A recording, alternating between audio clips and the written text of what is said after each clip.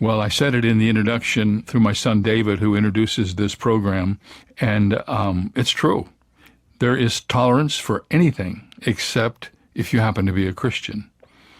And there's where the toleration ends. That in itself ought to tell you there's something unique about our faith in Jesus Christ. That ought to tell you that we're not just a religion. No, we're a relationship with the Son of the living God. And the enemy has leveled every one of his guns against us. And it's not going to get better. It's going to get worse. We better learn how to stand up for what we believe and be ready to face the challenges that are coming our way. I know that God will help us, and he will give us joy in the process. We will count it an unbelievable privilege to stand for the Lord while others are criticizing who we are and what we believe. We're going to talk about the increase of intolerance today and tomorrow here on Turning Point in this current series, which we have called 31 Undeniable Prophecies of the Apocalypse. During the month of March, you can get the book by that name. The Book of Signs it will codify everything we're saying. Here is the book from which this series was taken. 463 pages of teaching on prophecy. Every chapter relevant because something about that chapter is occurring today. You need to get your hands on this book, and the way you do that is you give a gift to Turning Point during the month of March to help us with the cost of airtime and production. When you do that, if you'll ask for this book, we'll send it to you. No matter what you give the best gift you can, but it's not about the size of the gift. It's about the heart behind the gift and the spirit of sacrifice that's involved in it for you. So thank you for your gift ahead of time, and thank you for listening to Turning Point. Thank you for loving the prophetic word and helping us get it out wherever we can. Here now is part one of the increase of intolerance. The substance of Christian persecution is an interesting journey. And you may be wondering whether persecution is too strong a word to describe what is happening to Christians in America today. But Christianity today reminds us that most persecution against Christians is not violence. Instead, it's a squeeze of Christians. Interesting thought. A squeeze of Christians in 5 different areas. In the area of family, in our own private lives, in the community, in our national world, and in our churches. And we should not assume, before we go any further, we should not assume that any trouble that we have is persecution. I know people in my church have come to me and said, "Oh, Dr. Jeremiah, I'm going such persecution all the time." Then I talk to them and I find they did some stupid thing that got them in trouble, And that's not being persecuted. Persecution is not what happens to you when you do something wrong. In fact, I love what Peter says, "Let none of you suffer as a murderer, a thief, or an evildoer, or as a busybody in other people's matters." Persecution is not just having a hard life. Most of us have some experience with a hard life. That's not persecution. We need to understand that persecution is what happens to you because of your faith in Jesus Christ and your determination to follow God's will in your life. If you're in trouble because you've made bad decisions, don't blame God for that. God gets blamed for a lot of stuff he had nothing to do with. Did you know that? But sometimes as Christians, when we're living for the Lord, persecution comes. And I've kind of taken this apart looking at what's happened in our country, and I've noticed that there's about 5 stages that we have to observe when it comes to what persecution looks like. The first stage I'm going to call stereotyping. Today, if you've noticed in the media, Christians are stereotyped as ignorant, uneducated, backward, inhibited, homophobic, hateful, intolerant people. And I'm not exaggerating. Movies and TV often feature a Christian as the evil antagonist, a holier-than-thou bigot who sits on a high horse and judges everybody else beneath him. The character is usually angry or overbearing or stupid or naive. Or he may be a compromised, emotionally repressed, fallen Christian. Usually he's portrayed as a hypocrite, and he doesn't live what he professes to believe. Like the warden in the movie The Shawshank Redemption, who recites the Bible while he's abusing the inmates. While it's true that there are some professed Christians who represent our faith poorly, those stereotypes do not reflect the reality of authentic Christianity. They grow out of a rising cultural prejudice against the Christian faith. Our duty is to live our convictions in a way that shows these slanderous pictures to be gross distortions of the truth. Let's face it, in our media world today, Christians are stereotyped and marginalized by those who write the scripts. Sometimes stereotyping moves into what we might call marginalizing. And when I say marginalizing, here's what I mean. What many secularists want is for Christianity to be displaced from the center of American life. If the church must be allowed to exist, they reason, they want it to be confined to the realm of personal privacy and denied any effect on public life whatsoever. So that's the reason why public prayer is forbidden. That's the reason why Christian influence in public policy is eliminated and Christian holidays are secularized.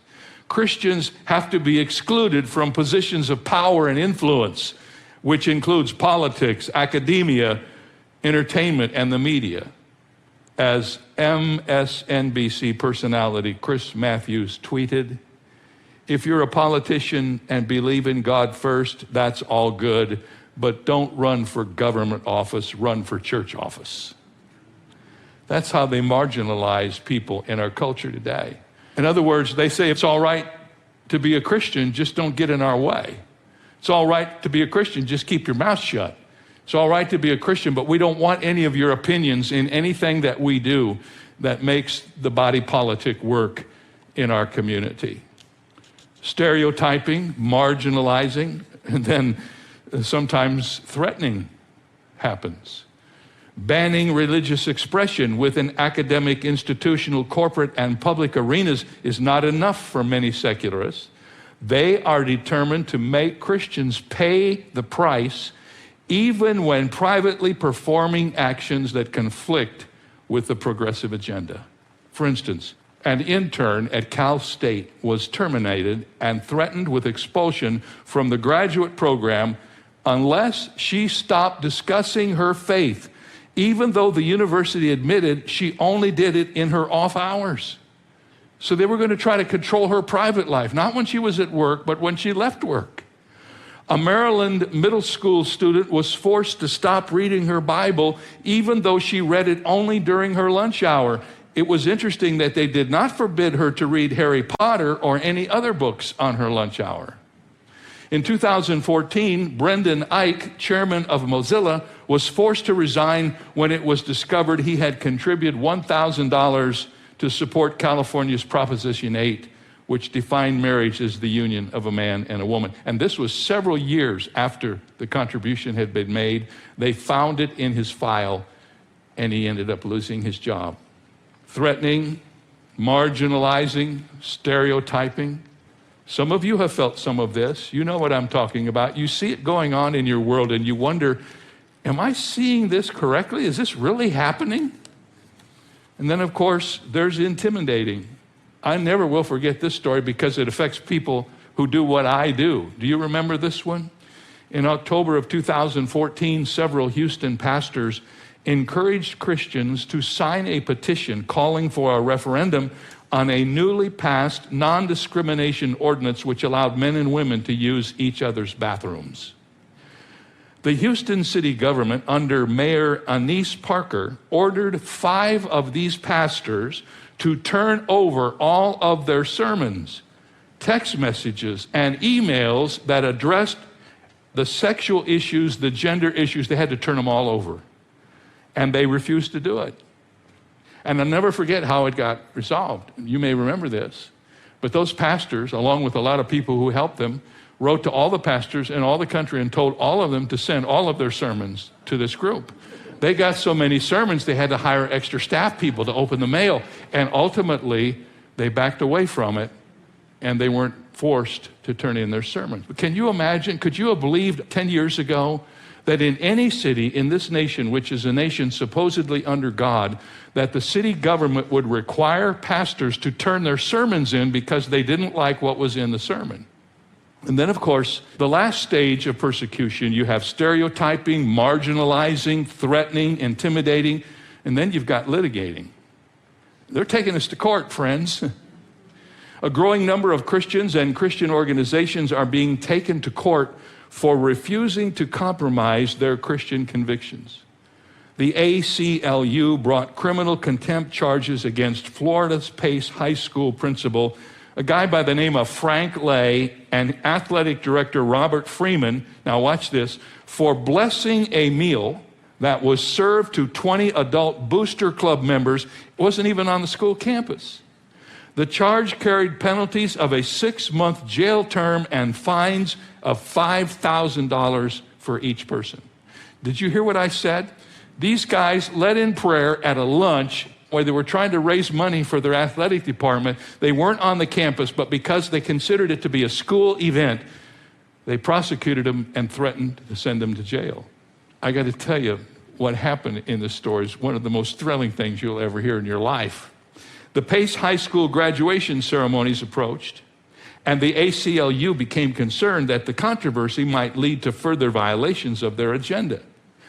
So they demanded that the school officials prevent students from saying anything religious or offering any prayers at the event to avoid further trouble. The administrators complied.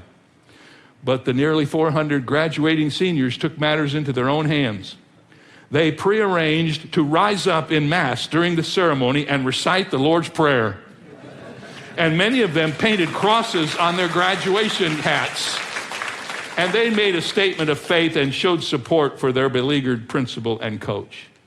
Parents, family, and friends in the audience joined in the recitation and thundered their applause at the end. And all I could think of when I read that was, there, take that. You know? Now, I have to tell you, friends, unless there's a major turnaround in our country, we can expect an awful lot more of this. The secularists have moved into positions of power and influence, and court judgments against Christians who practice their faith are going to accelerate, and we need to be prepared for it. We may not like it, we may not think it's right, we may think it's totally ungodly, which it is, but it's going to happen, so what do we do about it? That's what this is all about. Let me remind you that what's going on in our world today is not something that's new. If you open the Bible from the beginning of the Bible, you'll discover that Christians have been persecuted throughout all of the history of Christianity. Christian behavior angers non-Christians because it makes them feel judged. It resurrects in them the embedded truth of moral accountability that God planted in each one of us from the very beginning, that we are ultimately accountable to God. And when they see Christians living out that accountability, it causes them to be very angry. And instead of being angry at the message, they get angry at the messenger. If you are good and you try to live your life godly and righteously in the name of Christ, you will get attention, and it won't always be encouraging. They will come after you. They want you to live life at their level so they don't have to feel guilty about what they're doing. When Christianity in practice arouses the dormant conscience of a non-Christian, their response is seldom to accept the message, it's to kill the messenger. And that's why persecution's been a persistent counterpoint to being a Christian throughout its entire history. Persecution in the New Testament begins shortly after Christ's birth in Bethlehem, and it does not end until the last chapter of the book of Revelation. Here are a few of the most notable examples. The Judean king Herod, fearful of reports that a prophesied king had been born in Bethlehem, tried to protect his dynasty by killing all the male babies born within the prophetic time frame. John the Baptist, the first public proclaimer of Christ, was beheaded by Herod's son, Herod Antipas. Several times the Jewish people and their leaders, angered over Jesus' message and his rebukes, tried to seize and kill him even before their successful crucifixion plot. Peter and other apostles were arrested and beaten and imprisoned several times for preaching Jesus Christ. Stephen was stoned to death by angry Jews for preaching Christ. All 12 of the apostles, all of them died violent deaths at the hands of their persecutors, with the exception of John, who was simply exiled on the Isle of Patmos until his death. The apostle Paul suffered every kind of persecution that could be inflicted. He was often imprisoned, stoned almost to death, 5 times beaten, 39 stripes, 3 times beaten with rods, run out of town, often arrested, often hungry, cold, and without adequate clothing. I'm reminded of something that happened to me when I was in the hospital recovering from cancer. I got some of the most amazing cards from people around the world. One day, I awakened from a very troubled night, and the cards that had come the day before were stacked on my table, so I got them. And the first card was opened, and I looked at it, and on that card, on the face of the card, were the words that I had just read to you. Often imprisoned, stoned almost to death, 5 times beaten, 39 stripes, 3 times beaten with rods, run out of town, often arrested, often hungry, cold, and without adequate clothing. That was on the face of the card. And I'm thinking to myself, who is the idiots that's sending me a get well card like that? I could not figure it out. I thought it must have been misdirected. But then I opened it up, and you know what it said on the inside? How you been? Well, next to Paul, I'm doing great, amen? After what he went through, I had no worries about cancer. Persecution's always been with us, men and women, since the birth of Christ. And if you study the history after the Bible, the empire best known for persecuting Christians is ancient Rome. In the 1st century, Romans under Nero burned Christians on stakes and fed them live to lions for arena entertainment. The apostles Peter and Paul were executed under Nero, and later in the century, the Roman Emperor Domitian declared himself to be Lord and God and executed Christians who refused to worship him. The apostle John was exiled under the reign of Domitian, and Romans continued to persecute Christians with varying degrees of intensity until the Emperor Constantine declared Christianity legal in AD 313. Other empires and nations and religions also took the sword against Christians. And I need to report to you that persecution is alive and well in our world. Many believe that worldwide persecution of Christians today is worse than at any time in history. Here are some facts that I discovered. Every single month, there are 322 Christians who are killed for their faith. 214 church buildings and Christian properties are destroyed every month. And 772 forms of violence are committed against individual Christians or Christian groups. Those figures add up to over 15,000 incidents of serious persecution against Christians every year. Given the history and the present state of Christian persecution worldwide, we should not be surprised that we are beginning to feel the sting of it in the United States. Now, I can say honestly, I don't feel like I've ever been truly persecuted. I've been harassed, and I do get a lot of emails and some letters, and once in a while a phone call. But I do believe that in our lifetime, most of us, we will either experience it or we will witness it. Many believe that it could happen, and it is happening already. The side effects of Christian persecution are interesting. How should we respond to persecution? What should our attitude be? Listen to the words of Paul to the Philippians in Philippians 1:29. For to you it has been granted on behalf of Christ, not only to believe in him, but also to suffer for his sake. Now, when you read that, it says, to you it has been granted to suffer. And Paul makes suffering sound like a gift. I mean, the natural impulse is to say, if we have our choice, could I get a necktie or a headscarf? Well, he wants to give us the gift of suffering. But to reject suffering is to miss out on an enormous blessing. Let me explain to you what I mean. we're not going to be able to stop what's coming after us. There's no political engine out there powerful enough to push back what's happening with the secularization of our world. Apart from a major revival, a great awakening again, the tide has turned against Christianity. As one writer has said, we've crossed over the Rubicon. There's no turning back. So the issue is not how do we stop all of this from happening. The issue is how do we learn to respond to what's already happening? How do we act as Christians? And here's Paul writing to the Philippians and says, when you suffer, remember that's a gift from God. And here's one of the reasons you can be positive about it when it happens. Remember these things. First of all, suffering promotes character. Although persecution is inflicted by the enemies of God, God uses it often as a form of discipline to mold us into greater Christ-likeness. Here's what we read in Romans 5. We glory in tribulation, knowing that tribulation produces perseverance, and perseverance, character, and character, hope.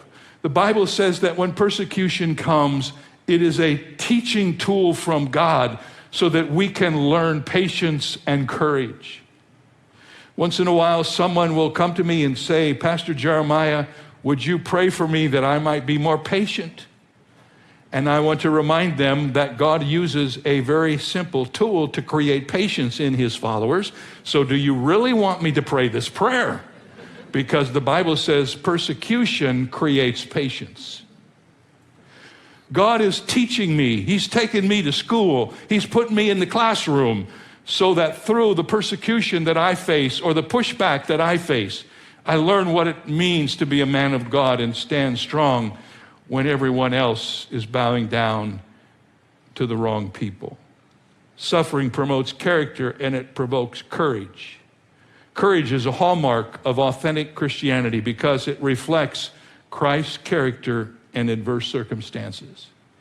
It is the crucial virtue that Christians must deploy when they face the cultural demand that conflicts with biblical teaching. What I'm saying to you men and women is it takes courage to be a Christian today. It's not in vogue to be a Christian. Can I get a witness? It's not popular to be a Christian. If you're going to be a Christian, it's going to cost you something. Suffering promotes character, it provokes courage, and it proves godliness. Amen. We will have part 2 of this tomorrow here on Turning Point. I hope you will be here for the conclusion of this message. On Friday, we began 2 days of discussion on when Christians wouldn't know they were in a war. These 2 days are about spiritual warfare. You don't want to miss them. I have in front of me the 3 study guides for this series. We have 3 study guides because the series takes 3 months. Our study guides are built around month editions. Every month we have a different study guide. So for this series, which lasts for 3 months, we have Volume 1, Volume 2, and Volume 3. You can get all the study guides by going to davidjeremiah.org on the internet. That's where our website is. There you will find information about the study guides, about the CD packages, and other materials you'll be interested in. I hope you will do that. I hope you will look and that you will allow these resources to be a blessing in your life. And then don't forget, when you send a gift of any size to Turning Point this month, you can ask for the 463-page book. The largest resource, the longest resource, probably the heaviest one too, we've ever sent out from Turning Point. We want you to have it. It will be a blessing to you, not only during the 3 months we're teaching from it, but it will be a blessing on through your life. Whenever you have an issue you want to find out, it's got a robust index in the back of it. It will direct you to some pertinent comments that will help you understand. We're grateful for the privilege. Make sure you give us the opportunity. We'll see you next time right here.